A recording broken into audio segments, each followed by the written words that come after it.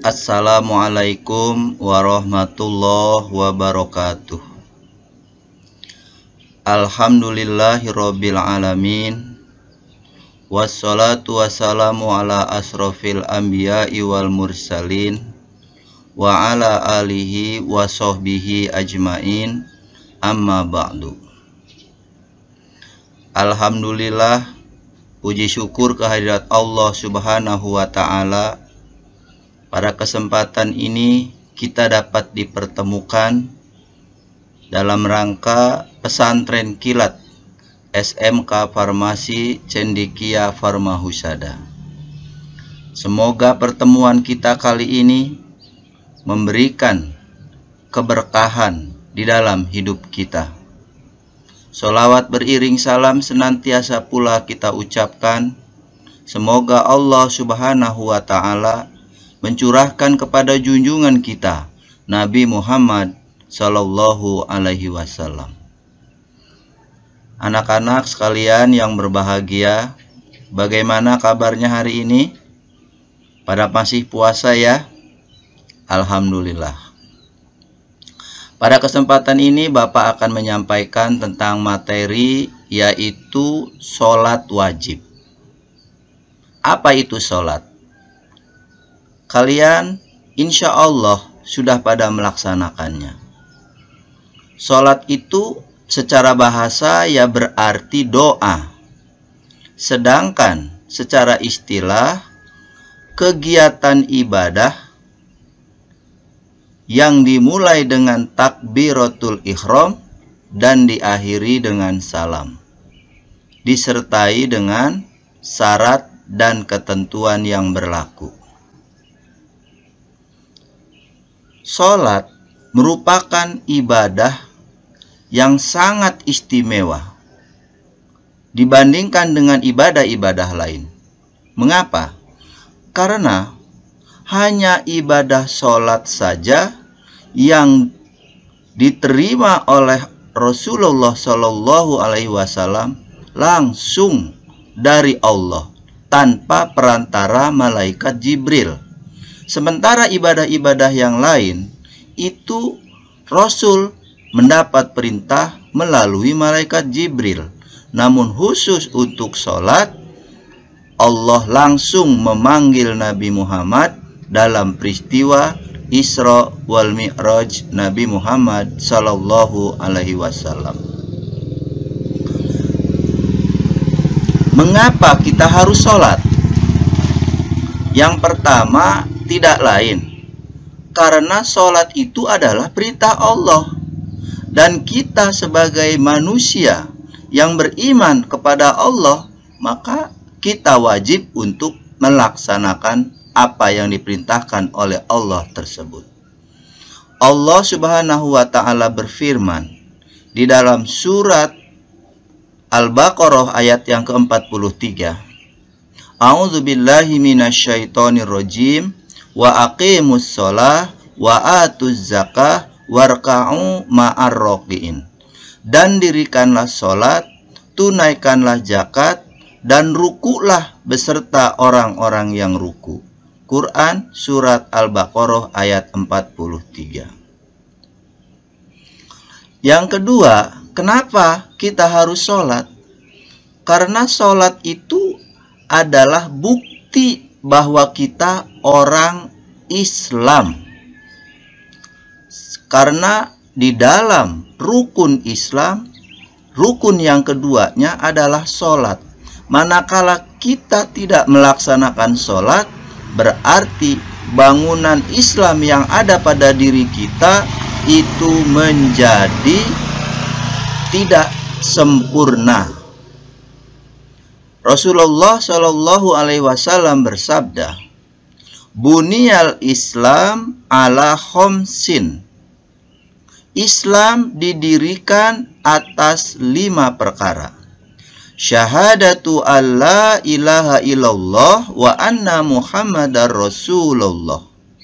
Yaitu yang pertama, kesaksian bahwa tiada Tuhan yang berhak disembah selain Allah Ta'ala, dan bersaksi bahwa Nabi Muhammad utusan Allah. Yang kedua, wa iqamus sholah, yaitu mendirikan sholat.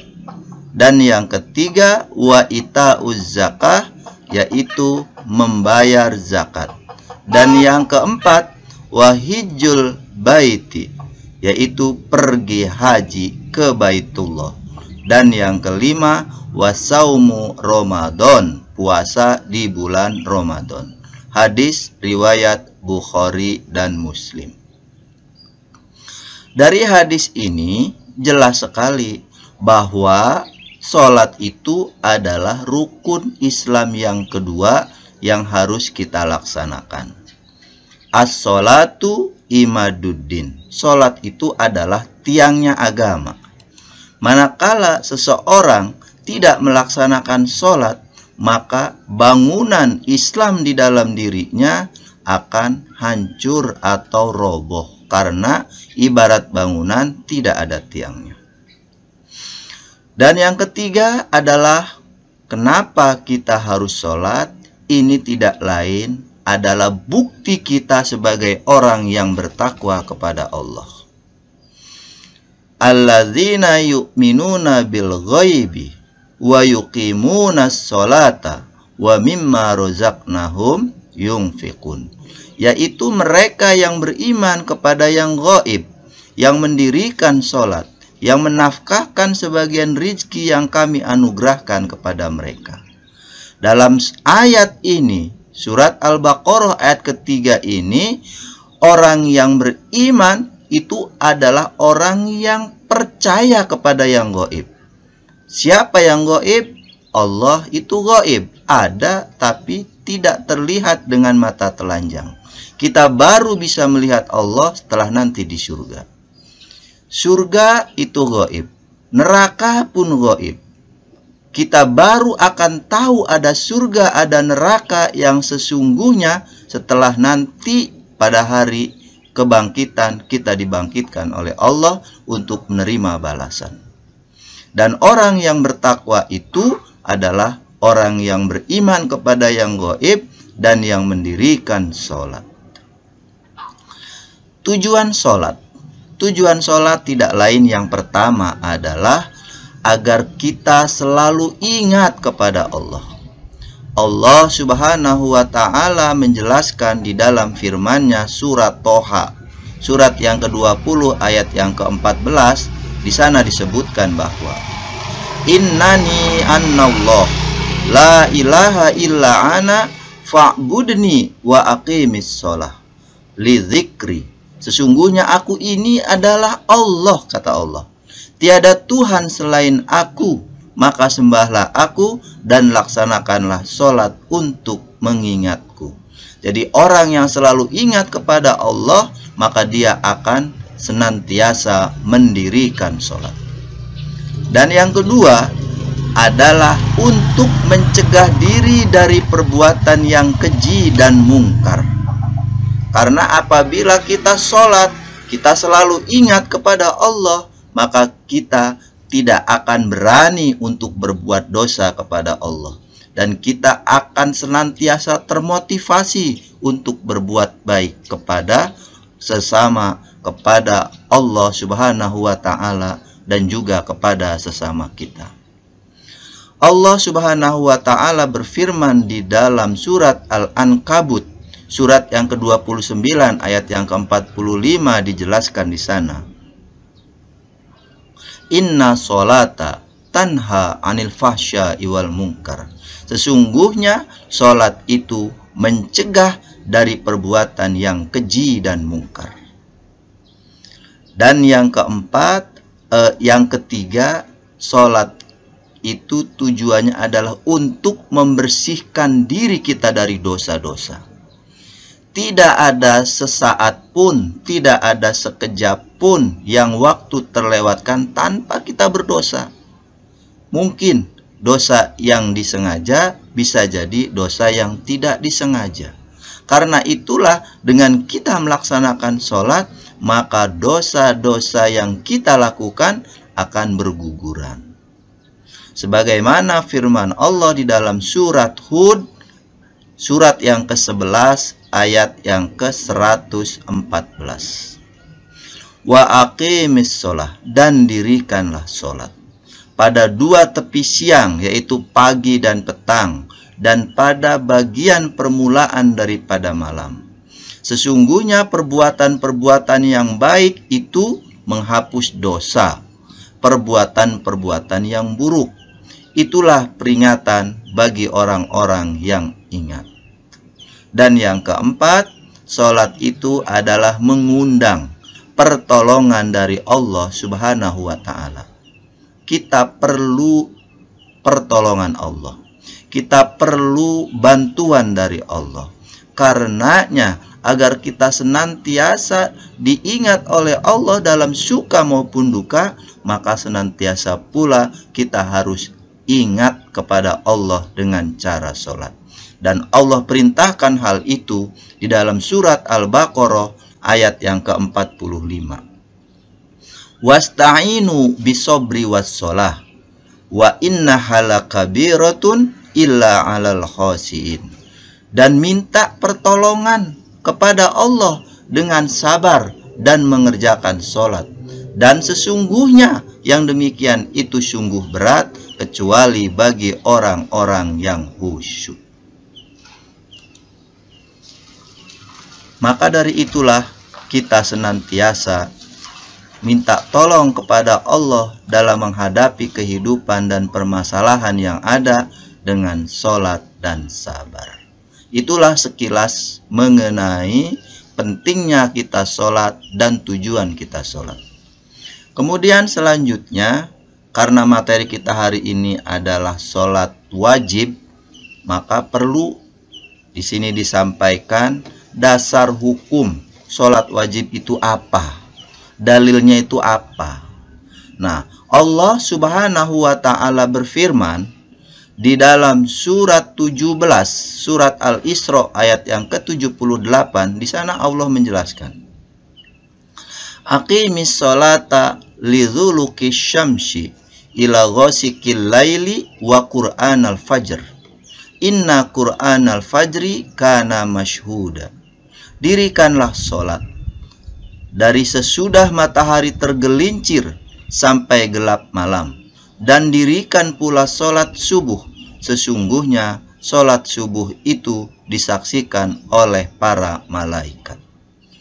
Para mufassir menjelaskan bahwa yang dimaksud dengan sholat sesudah matahari tergelincir adalah sholat zuhur dan sholat asar.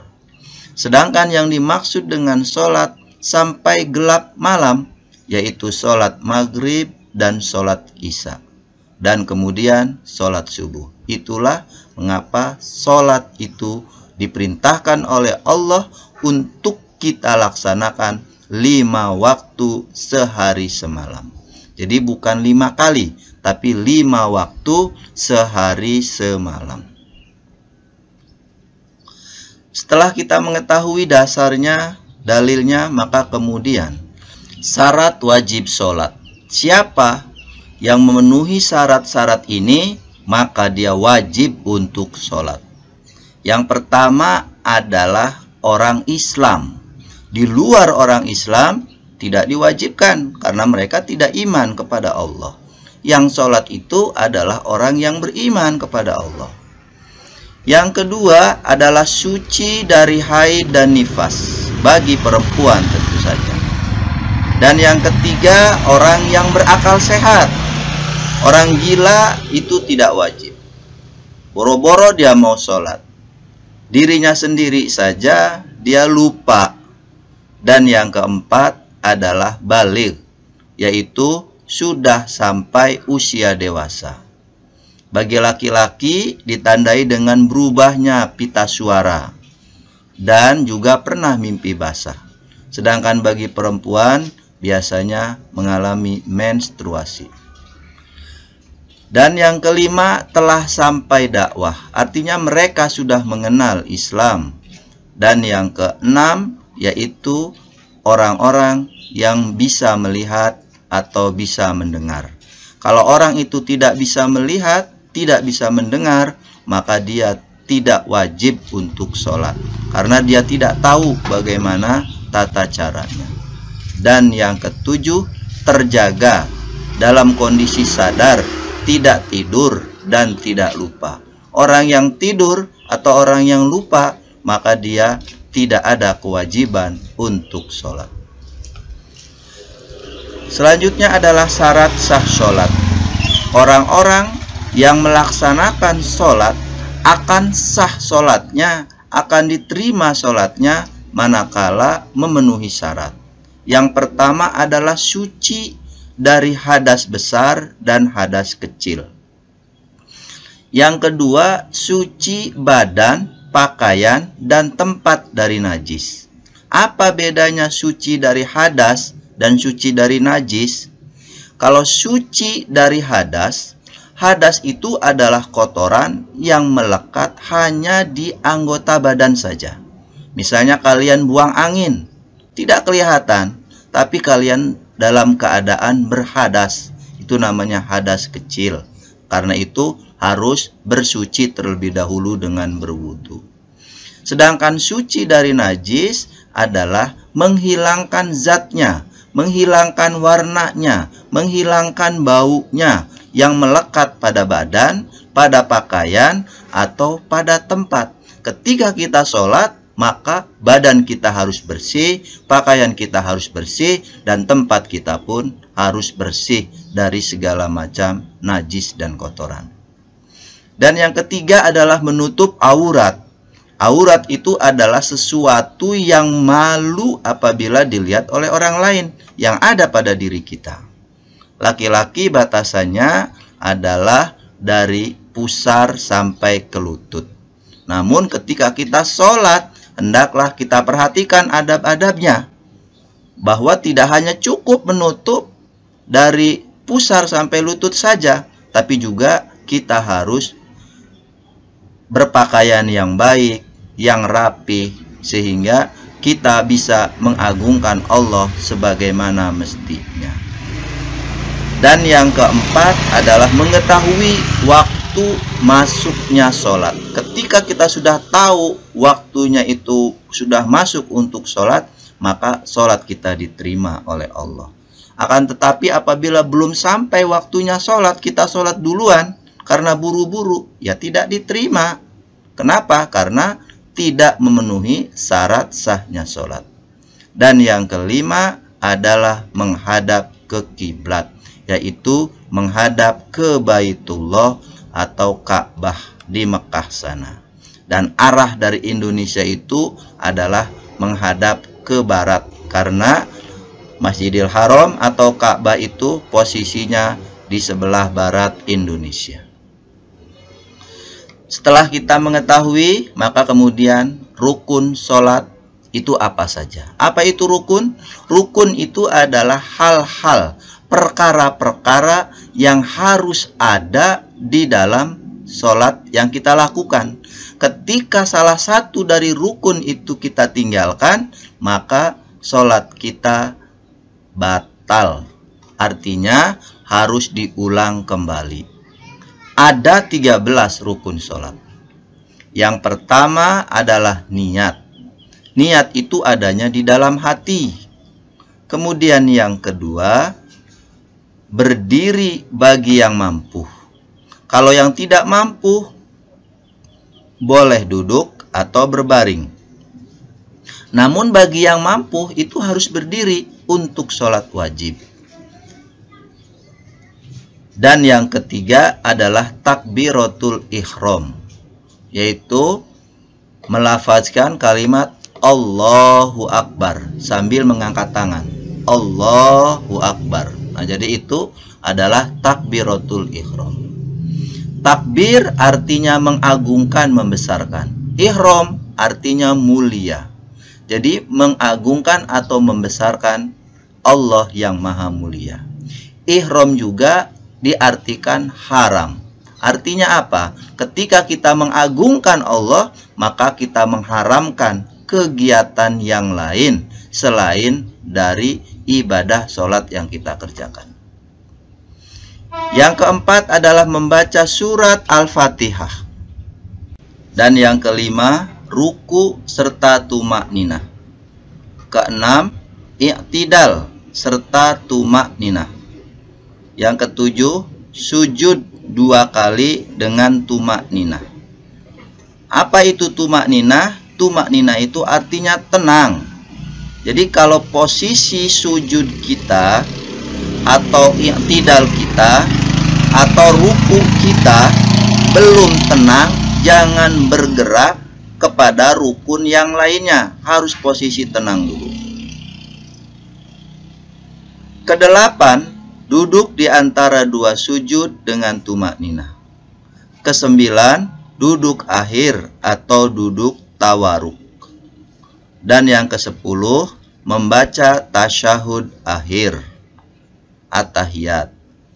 Yang ke-11, membaca sholawat atas Nabi Muhammad Sallallahu Alaihi Wasallam. Ke-12, memberi salam yang pertama ke kanan. Sedangkan yang ke kiri itu hukumnya sunnah.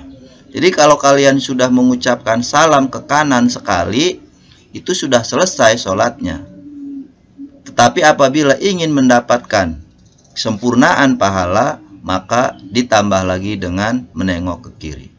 Dan yang ke-13 adalah menertibkan rukun-rukunnya. Artinya mendahulukan yang dahulu dan mengemudiankan yang belakangan. Kalau awalnya niat, maka dimulai dari niat, dan kemudian yang terakhir mengucapkan salam. Itulah rukun sholat yang ada 13. Selanjutnya kita harus tahu juga hal-hal yang membatalkan sholat itu apa saja. Yang pertama adalah meninggalkan salah satu rukunnya. Jadi kalau salah satu rukunnya terlewatkan atau tertinggalkan, maka sholatnya batal. Kalau sholatnya batal, artinya harus diulang kembali. Yang kedua, meninggalkan salah satu syarat. Apa syaratnya? Di antaranya menutup aurat. Ketika lagi sholat, auratnya terbuka karena bajunya itu tinggi. Yang laki-laki itu suka ada pakai kaos-kaos yang pendek, jangkis-jangkis seperti itu ya. Jadi ketika ruku kelihatan sebagian anggota badannya yang memang merupakan bagian dari aurat, maka sholatnya jadi batal. Yang ketiga adalah sengaja berbicara, bukan bacaan sholat. Yang keempat, banyak bergerak, bukan gerakan sholat, gerakan yang nggak penting. Kadang-kadang garuk dilama-lamain. Nah itu merupakan hal yang membatalkan sholat. Dan yang kelima, makan dan minum. Ada yang bertanya, bagaimana kita sholat, makan dan minum? Kadang-kadang ketika kita sholat, sebelum sholat makan. Nah, tidak sempat itu membersihkan atau sikat gigi. Akhirnya ketika sholat masih ada yang nyelip. Tuh dicari-cari dengan lidah. Nah itu bisa membatalkan sholatnya. Bukannya membaca bacaan sholat, malah sibuk cari makanan dengan lidah yang ada di mulut. Itulah 5 hal yang membatalkan sholat. Selanjutnya yang terakhir, apa hikmah di balik ibadah sholat itu? Yang pertama, sholat itu akan mendatangkan ketenangan dan kebahagiaan. Orang yang akan sholat, hatinya akan merasa tenang, akan merasa tentram. Orang yang terbiasa sholat, ketika sudah waktunya sholat itu gelisah. Tapi begitu dia setelah sholat, langsung merasakan ketenangan karena sudah melapor keadaan dirinya kepada Allah Subhanahu wa Ta'ala. Yang kedua adalah sebagai tempat mengadu kepada Allah dan minta tolong kepada Allah. Orang yang sholat, dia akan selalu meminta pertolongan dan bantuan kepada Allah. Dan yang ketiga, akan mendapatkan manfaat kesehatan. Karena dengan sholat, jiwa akan sehat, badan pun akan sehat. Dan yang keempat, menjadi orang yang tawadu, yang rendah hati. Tidak menjadi orang yang sombong. Mengapa? Karena ketika sholat, anggota tubuh kita yang paling bawah, telapak kaki, derajatnya sama dengan kepala. Bayangkan, telapak kaki sama dengan kepala. Orang-orang yang sombong gak akan mau bersujud di hadapan Allah Subhanahu wa Ta'ala. Dan orang yang sholat, dia akan tawadu dan rendah hati. Yang keenam, terjaganya kebersihan lahir dan batin. Karena orang yang sholat, syarat pertamanya adalah harus bersih. Jadi badannya bersih, batinnya pun jadi bersih. Dengan demikian, orang yang sholat adalah orang yang senantiasa menjaga kebersihannya. Dan terakhir, pentingnya sholat tidak lain adalah karena sholat itu merupakan amal ibadah pertama yang dihisab oleh Allah nanti di hari kiamat. Apabila sholatnya baik, maka semua akan dinilai baik. Namun apabila sholatnya rusak, maka semua akan dicatat sebagai amal yang rusak. Untuk itu, kita harus selalu memperbaiki sholat kita dalam kehidupan kita sehari-hari. Semoga kita menjadi orang yang istiqomah di dalam sholat, orang yang mendirikan sholat, sehingga bukan hanya sehat lahir dan batin saja, tetapi juga memiliki akhlak yang mulia. Demikian dulu ya pertemuan kita pada hari ini. Semoga bermanfaat. Wabillahi taufik wal hidayah. Wassalamualaikum warahmatullahi wabarakatuh.